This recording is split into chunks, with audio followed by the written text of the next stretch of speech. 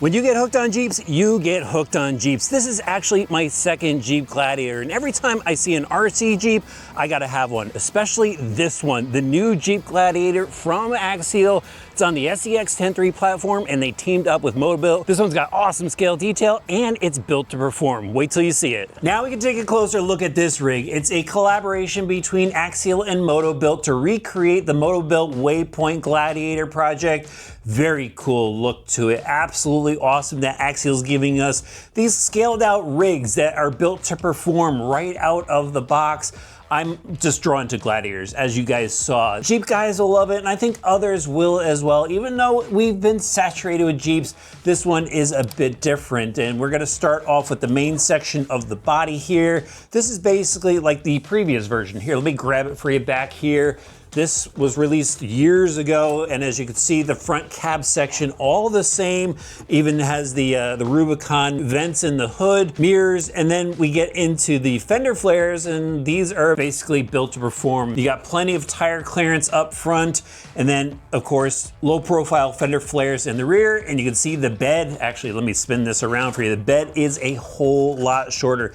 They went and bobbed this thing. And that, of course, really helps out with the departure angle, but they didn't stop there. They gave us all the details on the bed as well. So you got the bed rack, you got the 15-pound CO2 canister, high lift jack, and if you look really close, it has scene lights in there with LEDs. And then you've got the low profile rear light bezels, LED taillights, really cool looking rear bumper as well. It's a MotoBuilt design. Same with the stubby front bumper with the bull bar on it. And you got the Baja Designs LP6 lights on here. These are really detailed, guys. And Axial went all out on that. And then it's got a fake winch behind it. This truck's also rocking the Baja Designs light bar, but there are no LED lights in the light bar. They've got the lens covers on there, so it is street legal. I love the details of this body.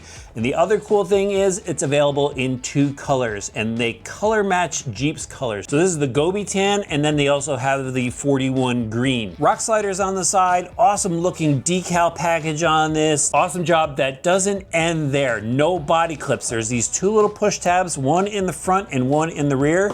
We'll pop that up, and the body comes right up. It still has connectors for the wires, so you'll have to pull that off. And now we can take a closer look at the chassis. And this, of course, is the long wheelbase SCX10 chassis. Still has the metal frame rails, composite braces. You can see that they have inner fender wells on this, which is really cool. The SR5 didn't have that. And actually, from what I've been told, is you can go and adapt these front inner fender wells to the SR5 if you want to, with just a couple slight modifications. Over here on the side is where you go throw your battery in. There is the elastic strap. That's easy for quick access. And then they have the new boat side plates. That's gonna glide over the rocks. Sealed receiver box over here. Here's a quick look at the body mounts, just a bar, front and rear. It has the standard shock towers on all 4 corners. You can go throw the Coyote shock towers on there if you want to, but you'll have to get rid of these inner fender wells. Servo mount setup has an extra spot here to go drop in a winch. And we're gonna talk about the suspension next. And when I first took this out of the box, I thought it felt pretty soft, and I was able to reach out to the product manager at Axial and confirm that he did go with a lighter weight oil in these trucks. So this feels really good. We've got aluminum shocks on all 4 corners, threaded bodies, the standard shock that we've seen from Axial on a bunch of the SCX10s. What I like underneath the truck are the heavy duty links that they have, lower and upper, and even the panhard bar, because there's a 3-link setup in the front, 4-link in the rear. The panhard bar is the thicker bar as well. And then you can see matching steering links. But something I think I might have missed before on some of the other Axials that have come out, they actually changed up the panhard bar mount here on the chassis. So now it's a 2-piece setup. I might have mentioned that, but it's now dual shear. The long wheelbase really amplifies the articulation, but where this is gonna come in handy is just the handling. The long wheelbase is definitely gonna sell this truck in. The only issue you gotta worry about is your breakover angles. But check out these wheels and tires. Axial is stepping it up for the ready to runs. Nice soft compound on these Maxxis Trepidor replicas, and inside dual stage foam inserts. The wheels are licensed KMC grenades. It is a beadlock style wheel, and that looks absolutely awesome, guys. Little sidebar, if you're here because you're looking for an RC Gladiator but something more budget friendly, definitely check out the SCX24 Gladiator. This is a completely ready to run RC and one of my favorite. Really cool looking body on this with some Overland accessories on the back, LED lights, interior, and then the chassis is the long wheelbase chassis. So this also handles really well, has oil-filled shocks on it. I'm gonna take this out for a run along with the 3. Let's get back to it. The drivetrain is up next, and we're gonna start off in the center with the LCXU transmission. It has metal gears on the inside, ball bearings, steel ball bearings, no slipper clutch on this one. It's just locked out, aluminum motor plate, and then of course the dig. So if you don't know what the dig is about, this silver right here controls a shift fork inside, and it locks out the rear end and allows you to pivot the truck and clear different obstacles. And again, it's all controlled through the button on the radio system. We've got wild bore drive shafts that go down to the front and rear straight axles, guys. I think a lot of people wanted to see the straight axles on this truck. The previous generation had portals. This is a bit more scale realistic. Metal ring and pinion on the inside, locked out, of course, no differentials in these. Steel ball bearings, and up front, you've got the universals that allow this truck to have some serious steering angle. Pretty heavy duty steering knuckles, but people do like to swap these out for brass steering knuckles, which adds weight to the front end. No overdrive in this, but they do list an overdrive gear option. That brings us to the electronics. So of course, we're gonna have Spectrum gear throughout this truck, starting off with the 683 servo, metal gear, high torque, has a metal servo arm on it, so no flex there. 35 turn slick rock motor. It's just a simple can brush motor, and it's got the 40 amp Spectrum speed controller set up. It's got all the wires dangling off of it. I like to go cut some of these off and solder them just so I don't have this big bundle here. But the speed controller still has the open pins on it that I complained about on the SR5. Just watch yourself that these don't short out on anything if you've got the battery plugged in. And then in the receiver box here, you have the Spectrum 515 receiver. It's got all those extra ports to power and control the servos. There's your dig servo there, the SX108 PM, and that rounds out the electronics. You're just gonna need to supply the battery and charger. I'm just gonna run a 2200 Spectrum pack and just use a basic S100 charger. It's pretty cheap and gets the job done. Okay, let's see what else you get inside the box along with this amazing looking Gladiator. You get the Spectrum SLT3 radio system, comfortable grip, foam wheel, basic trim functions, and this green button right here indicates that this radio is set up for dig function. You get 4 AA batteries, basic tools, a goodie bag which has a optional battery strap, a servo adapter, a servo lockout plate for the dig, and then these little rectangles here. Those are in case you want to remove the sliders from the side. Those will plug up the holes. You get some decals and of course some instructions. On top of the mountain, once again, RC drivers, freshly charged Spectrum 3S battery pack in the Gladiator, and this is my start rock. Take it nice and easy. We're gonna climb up ahead. And I could already tell these fresh tires, I think, have some traction. So we're gonna see how it does. Got a serious breakover angle at the top. See how it challenges that long wheelbase. No hesitation whatsoever. Easy clearance. So we're gonna drop it back down the rocks now. I'm gonna choose this spot right here so it hits the skid. Yep, there we go. It seemed to glide right over it. Easy little throttle bump down. And again, we got a brush system in here, so it's not ultra smooth. Gets the job done. And now the serious incline. We got some dirt on those tires.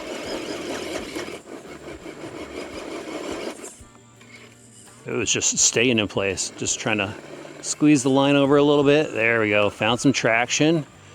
No problem on that breakover. Bring it down in the same spot. Give you a clearance shot again. No problem there. And with the longer wheelbase, you'll probably see a little less steering, although I'm not having any problems yet. Easy through that. There's full lock. And that's a pretty decent turn. It's gonna go down the ledge. Look at that, that is a drop right there. There we go, suspension flex, looking good. If you guys wanna see some more pictures of this rig, I'll have some on my Bash Maps profile, link in the video description. Really like how this truck sits on the straight axles too. Kind of makes me wish the previous gen had it. I mean, a lot of people talked about wanting straight axles on that truck. And the portals, they've got their advantages, but straight axles are just a lot of fun to run with. This truck is set up really well. Like the soft oil that they have in the shocks now. Getting all that flex. Oh, little skid hang up here. Let's rock out of it. There we go. Pretty stable. We're on a bit of an angle here. Good stuff again.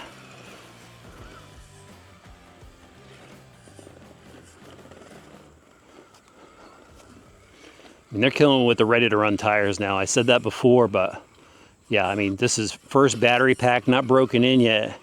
We got grip. We got serious grip. So they actually have the steering dual rate turned down on the radio system so you don't bottom out those universals. But you know what? I turned it up. I don't see any bump there. No chatter from the front end, and that turning radius is pretty awesome.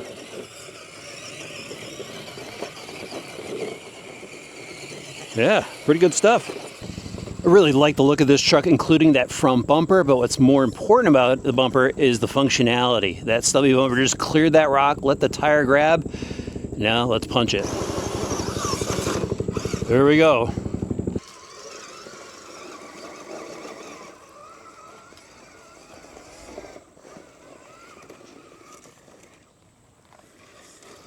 I think this is a good time for a break in the action to run the SCX24 Gladiator. This thing is just a blast. Indoors, outdoors, killer look to it. And look how capable this thing is. Oh, a little chatter on the rocks. It's climbing, guys. More power. Come on, we can do it. Got it, guys. Awesome. Bring it back around. Drop it down through here. All the braking in this is through those worm gear drive axles. It just brings this thing to a halt when you let off the throttle. See, bring it down through the washout, slow crawl, looks nice and scale. And then the steering on this long wheelbase, you might have to do a couple of K-turns here and there. That was full lock, another full lock. Of course, I gotta show you guys top speed. There it is on the stock battery pack. Just right for a small scale trail crawler. One last challenge for this little guy. Up through the ledge rock, got a little suspension flex. I actually hung a tire up on that one. But yeah, very capable, very cool small scale rig. And it's been around for a while, but it's still a lot of fun, guys. If you're into it, I'll have a link in the video description below. And I really appreciate when you use those because it helps me out here on the channel. Last feature I gotta show you guys is the dig function. Just gotta hit the A button on that thumb switch. There it is, the rear's locked up, front kicks over, and let go, there we go. And that might have to brake in a little bit.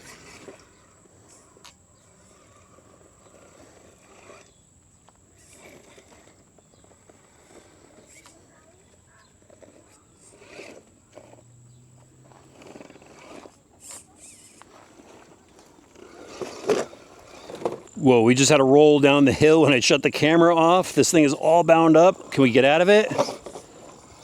What a save.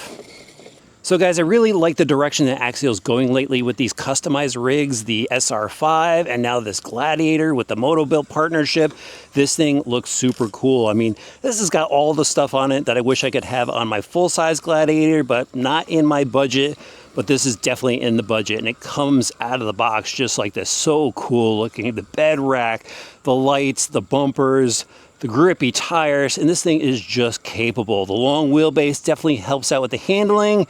Takes it away from the steering a little bit, but I love the way it drives. Just challenging, and it really is capable. Look at that. What a beast, guys. Let me know what you think about it in the comments section below, and please use the affiliate link if you're an online shopper, or hit up your local hobby shop. Definitely support your local hobby shop and your local crawler clubs.